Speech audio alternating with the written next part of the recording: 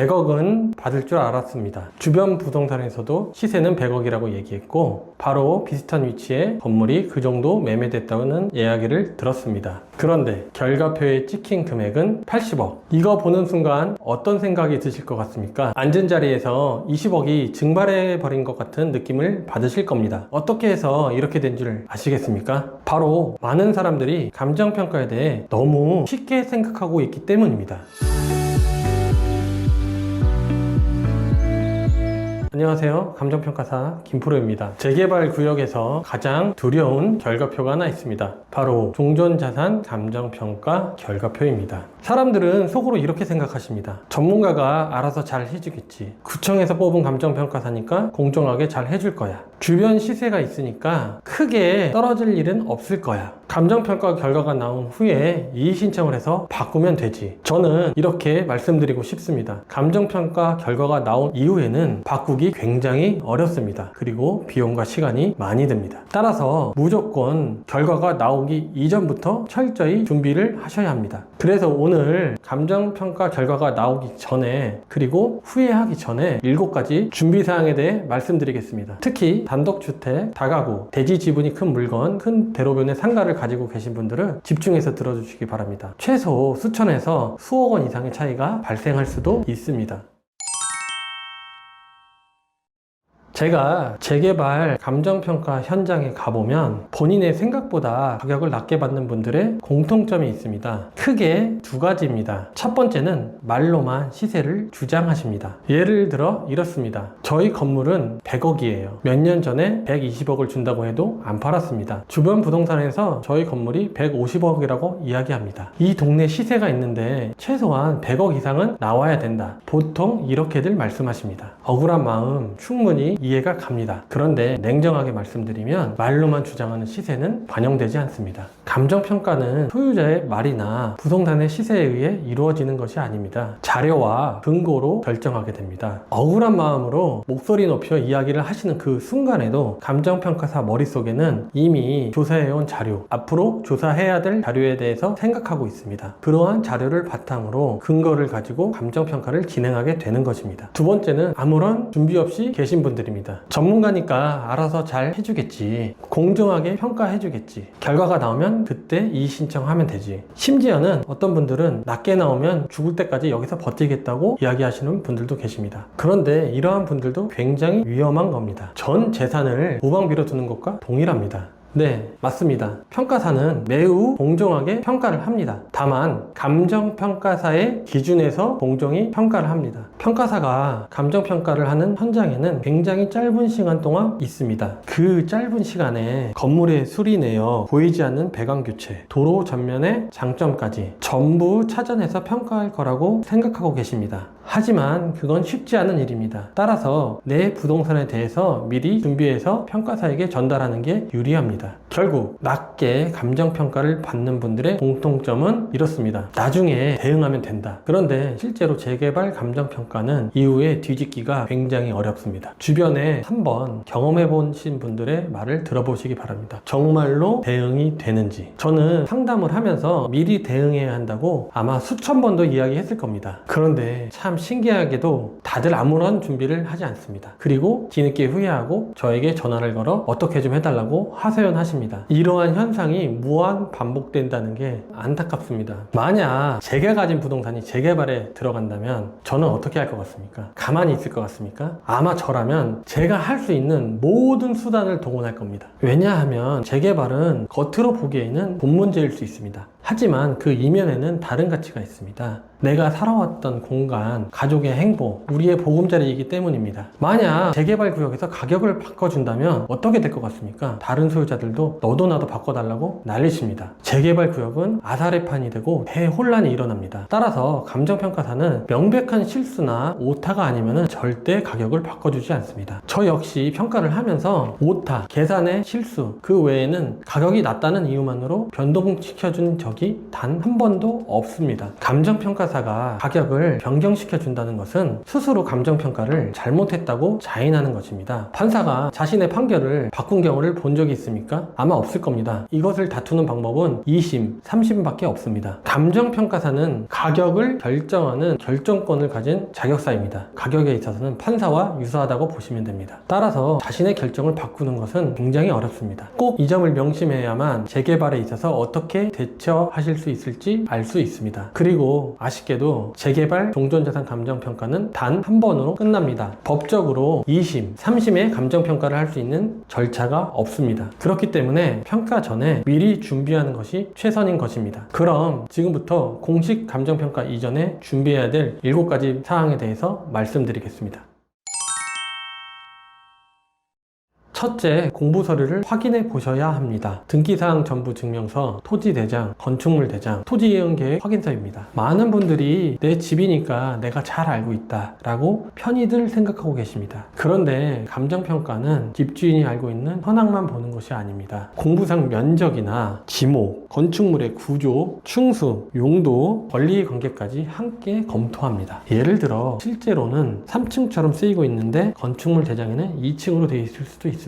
다른 예로 주택으로 사용 중에 있는데 공부상 상가일 수도 있습니다. 또 지목은 대지인데 도로로 사용되고 있는 부분이 있을 수도 있습니다. 이러한 차이는 공식 감정평가 때 쟁점 사항이 될 수 있습니다. 그래서 가장 먼저 확인해야 할 사항은 내 부동산이 공부와 실제로 이용되는 게 일치하는지, 일치하지 않다면 어떻게 대응해야 하는지 미리 준비를 하셔야 합니다. 둘째, 내 부동산에 대해서 사진과 영상을 남겨두시기 바랍니다. 의외로 많은 분들이 이것을 하지 않습니다. 최악의 경우 소송을 할 수도 있기 때문에 이를 대비해야 합니다. 왜냐하면 재개발의 사업 기간이 상당히 길기 때문입니다. 소송 또한 상당히 길게 진행됩니다. 그 사이에 건축물 상태가 변경될 수도 있고 세입자가 살았다 나가면서 내부 상태가 바뀌었을 수도 있습니다. 시설물이 철거될 수도 있고 시간이 지나면서 건축물이 더 낡아져서 안 좋게 보일 수도 있기 때문입니다. 나중에 말로 예전에는 상태가 좋았습니다, 리모델링을 다 했습니다 라는 것은 아무 의미가 없습니다. 자료를 철저히 준비해야만 설득력이 올라갑니다. 그래서 건물의 내부, 외관, 수리 상태, 수리 전후 사진, 전면 도로, 토지의 이용 상태 등을 사진과 영상으로 남겨두는 걸 추천드립니다. 특히나 건축물의 면적이 커서 건물 금액이 많이 나오시는 분들 또는 토지의 면적이 커서 토지 가격이 많을 것으로 예상되는 분들은 반드시 준비하셔야 합니다. 셋째는 수익과 관련된 자료를 준비하시기 바랍니다. 이게 무슨 말이냐면 상가나 다가구 주택처럼 수익이 발생하는 부동산의 경우 수익성을 반영하여 감정평가를 진행합니다. 그렇기 때문에 임대차 계약서를 준비하셔야 됩니다. 이 부분은 정말 중요한 이야기입니다. 우리 상가는 월세가 잘 나가요. 우리 상가는 월세가 얼마예요? 우리 다가구 주택은, 우리 원룸은 공실이 없습니다. 이렇게 말하는 것은 크게 도움이 되지 않습니다. 실제로 임대차 계약서를 준비하셔서 감정평가사에게 정리해서 건네주시기 바랍니다. 감정평가사는 말로만 하는 것을 믿지 않습니다. 근거와 자료를 제출해야만 눈으로 보고 확인하고 믿고 감정평가를 진행하게 됩니다. 네 번째는 리모델링과 수리에 관한 내용입니다. 재개발 구역 내의 건물들은 대부분 오래되었기 때문에 중간중간 리모델링과 수리를 하고 삽니다. 리모델링이나 수리를 하였을 때는 계약서나 영수증, 만약 이런 것도 없다면 이체한 내역, 공사 전후 사진을 준비하셔가지고 감정평가사에 전달을 해야 됩니다. 많은 분들이 감정평가사에게 말로만 여기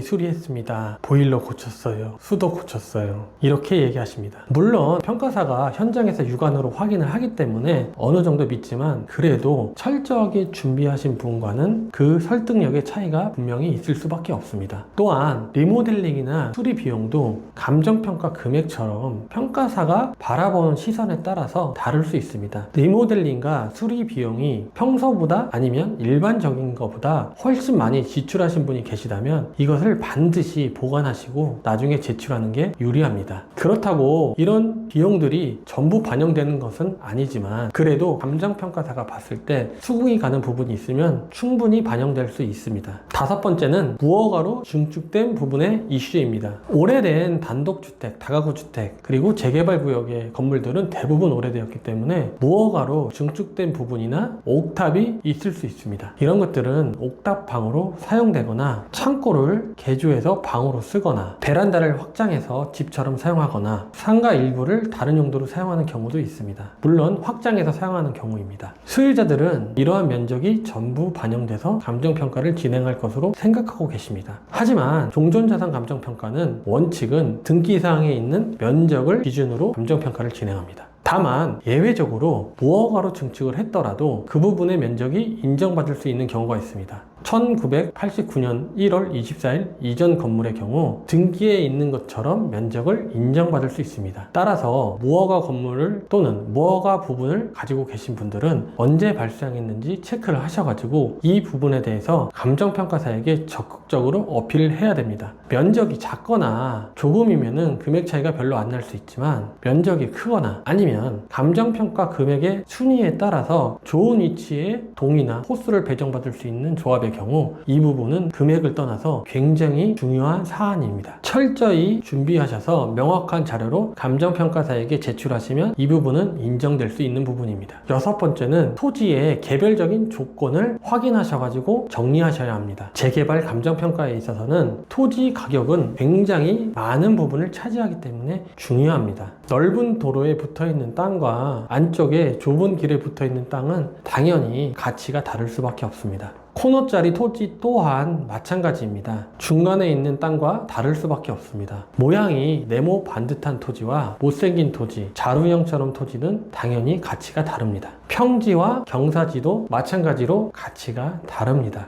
그래서 내 토지가 어떤 도로에 접해 있는지, 어떤 모양인지, 어떤 경사도인지 이러한 것들을 준비하시고 체크하셔야 합니다. 여기서 매우 중요한 포인트가 하나 있습니다. 지목은 도로가 아닌데 내 땅 일부가 도로로 사용되는 현황 도로가 있는 필지들입니다. 왜냐하면 현황 도로 부분은 인근 토지 가격의 3분의 1로 감정평가되기 때문입니다. 평당 1억이라면 6,600만 원이 없어지고 3,300만 원만 남게 되는 것입니다. 이러한 토지의 개별적인 사항들을 사전에 준비하고 검토하셔야 됩니다. 일곱 번째는 가격 자료를 미리 준비하시기 바랍니다. 실거래 사례, 부동산에 나와 있는 매물 사례, 그리고 만약 가능하다면 감정평가가 되는 사례를 준비하시기 바랍니다. 이 일곱 번째가 가장 중요합니다. 감정평가는 이러한 것들을 기준으로 해서 평가하기 때문입니다. 그래서 주변에서 나와 유사한 부동산이 얼마에 거래됐는지, 또 얼마의 매물로 나와 있는지, 얼마에 평가됐는지 이러한 사례들을 미리미리 준비하시는 게 좋습니다. 부동산은 동일한 사례를 찾기가 굉장히 어렵습니다. 동일한 사례가 있더라도 오늘 거래한 것과 2년 전에 거래한 것은 완전히 다릅니다. 그래서 이러한 자료를 준비하실 때는 유사한 사례도 함께 준비하셔야 합니다. 그럼 그렇게 준비한 유사한 사례를 가지고 저 사례와 내 부동산은 어떻게 다르고 내가 저 부동산 대비해서 얼마나 왜 유리한지, 또는 나보다 더 비싼 부동산을 가지고 나는 저 부동산과 얼마나 왜 불리한지 이러한 것들을 검증하고 수집하여 감정평가사에게 제출하는 것을 권합니다. 여기에 더해서 상가나 다가구 건물처럼 수익형 부동산의 경우 내 부동산의 임대 수준은 물론 내 부동산과 유사한 그리고 비슷한 부동산의 임대 수준을 준비하셔가지고 자료를 제출하는 것이 좋습니다. 왜냐하면 내 부동산의 경우 일부 아주 너무 오래된 임차인이 있어서 월세를 올리지 못하는 경우도 있을 수 있기 때문입니다. 하지만 감정평가에 있어서 수익성은 현재를 기준으로 합니다. 내 부동산에 지금 받고 있는 월세가 아니고 현재 이 시점에 정상적인 월세 수준으로 변경을 해서 그것을 가정해서 월세를 계산하고 그걸 바탕으로 수익성을 검토하게 됩니다. 따라서 인근의 유사한 부동산의 월세 수준을 준비하는 게 좋습니다. 다만 이때에도 그 해당 부동산의 월세의 임대차 계약서를 준비하시면 훨씬 더 신빙성이 올라갑니다.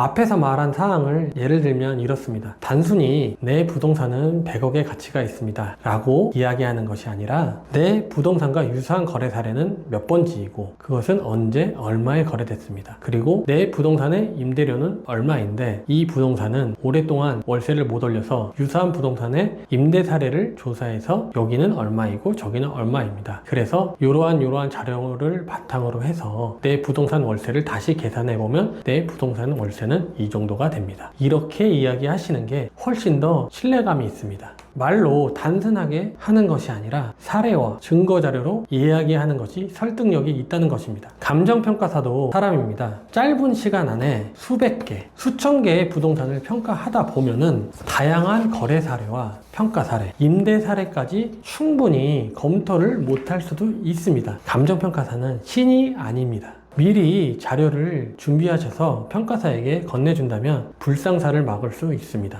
오늘 내용을 정리해드리면 이렇습니다. 첫째, 공부 서류를 확인하고 실제와 공부가 다르다면 그리고 그 다른 점이 불리하다면 이 점에 대해 철저히 대비하셔야 합니다. 둘째, 소송을 대비해서 사진과 영상 자료를 충분히 남겨놓으시기 바랍니다. 셋째, 수익성 부동산의 경우 수익 자료를 반드시 제출하시기 바랍니다. 단순히 말로 하는 것이 아니라 임대차 계약서를 꼭 제출하시기 바랍니다. 넷째, 리모델링이나 수리한 부분이 있다면 이 부분에 대해서 계산서, 계약서, 송금 내역 등을 준비하셔가지고 제출하시기 바랍니다. 다섯째, 무허가 부분이 있다면 그 부분이 언제 발생했는지 검토하셔가지고 그 부분도 인정받을 수 있도록 준비하셔야 합니다. 여섯째, 내 토지의 개별적인 조건을 확인하시고 충분히 어필할 수 있도록 준비하셔가지고 내 토지가 어떠한 도로에 접해 있는지, 모양은 어떠한지, 일부 도로가 있다면 그 부분에 대해서 준비하셔야 합니다. 일곱 번째, 감정평가를 할 때 사용되는 가격 자료를 준비하셔가지고 제출하셔야 합니다. 이 부분은 굉장히 중요한 부분입니다. 따라서 여러분들의 시간을 많이 들이더라도 실제 거래된 사례, 임대 사례, 그리고 가능하다면 평가 사례까지 준비하셔가지고 제출하시기 바랍니다. 100억은 받을 줄 알았는데 80억 감정평가 결과를 받고서 뒤늦게 후회해도 소용이 없습니다. 그리고 재개발 감정평가는 갑자기 잘 받을 수 있는 게 아닙니다. 공식 평가 전에 철저히 준비하신 분이 나중에 후회하지 않습니다.